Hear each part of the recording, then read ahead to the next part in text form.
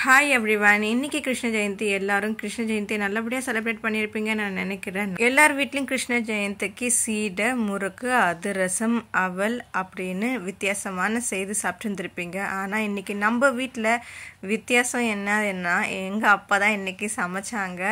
இன்னைக்கு காய்கறி ஃபுல்லாக அவர் தான் கட் பண்ணார். அம்மா மாவு எல்லாத்தையும் நீட் பண்ணிட்டு இருந்தாங்க. பரோட்டாக்கு மைதா மாவு சேர்த்துக்கிட்டாங்க. 1 பாக்கெட் ஃபுல்லாக 2 டீஸ்பூன் அளவுக்கு கீ, கொஞ்சமாக சோடா மாவு, கொஞ்சம் உப்பு, கொஞ்சம் சர்க்கரை, 2 எக்கு போட்டுக்கிட்டாங்க. இதெல்லாம் நல்லா தண்ணி ஊற்றி அம்மா நீட் பண்ணி அதை ஒரு பக்கம் உருட்டுன்னு விட்டுட்டாங்க. இன்னொரு பக்கம் அப்பா தாளிக்க ஆரம்பிச்சிட்டாங்க. கடாயில் எண்ணெய் ஊற்றிக்கோங்க, கடுகு போட்டு பெருஞ்சீரகம் போட்டாங்க.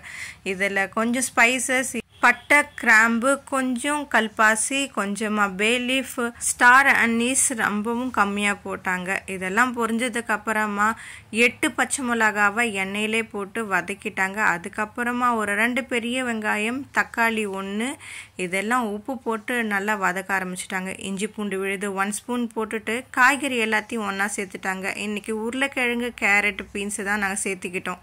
இது கூட கொஞ்சமாக கொத்தமல்லி, புதினா, 1 ஸ்பூன் அளவுக்கு மிளகாய் தூள், கொஞ்சமாக ஊற வச்ச பச்சை பட்டாணி சேர்த்துக்கிட்டாங்க. இதை நல்லா 5 விசில் விட்டு எடுத்ததுக்கு அப்புறமா பாதி பத்த அளவுக்கு தேங்காய், அதையும் அரைச்சி சேர்த்துக்கிட்டாங்க.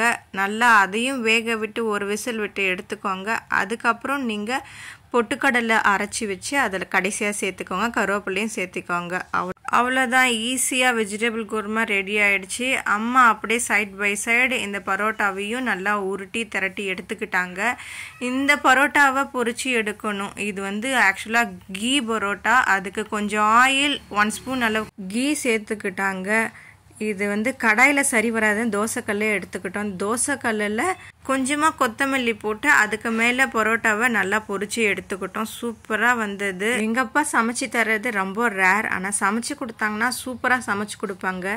என்ன ஒரு விஷயம்னா, அவர் கிச்சனுக்கு வந்துட்டாவே ரொம்ப பரபரப்பாக வேலையை பார்ப்பாரு. அவரோட ஸ்பீட் அளவுக்கு நம்மளால ஈடு கொடுக்க முடியாது. நாம் அந்த நேரமெல்லாம் எங்கள் கிச்சன் ரொம்ப பரபரப்பாக ஆகிடும், பிஸியாக. நேற்று ஒரு 11 மணி போல் என் தம்பி பரோட்டா ஆர்டர் பண்ணி சாப்பிட்டான். அதை பார்த்தோன்னே எங்கள் அப்பாவுக்கு பரோட்டா கிரேவிங்ஸ் நம்ம வீட்டிலே நாளைக்கு பரோட்டா செய்யலாம் அப்படின்னு சொல்லிட்டு பிளான் பண்ணி செய்து கொடுத்தது. எங்க வீட்டில் கிருஷ்ண ஜெயந்தி இப்படிதான் வித்தியாசமா போச்சு. உங்களுக்கு பிடிச்சிருக்க நினைக்கிறேன். Okay, bye bye. Subscribe channel.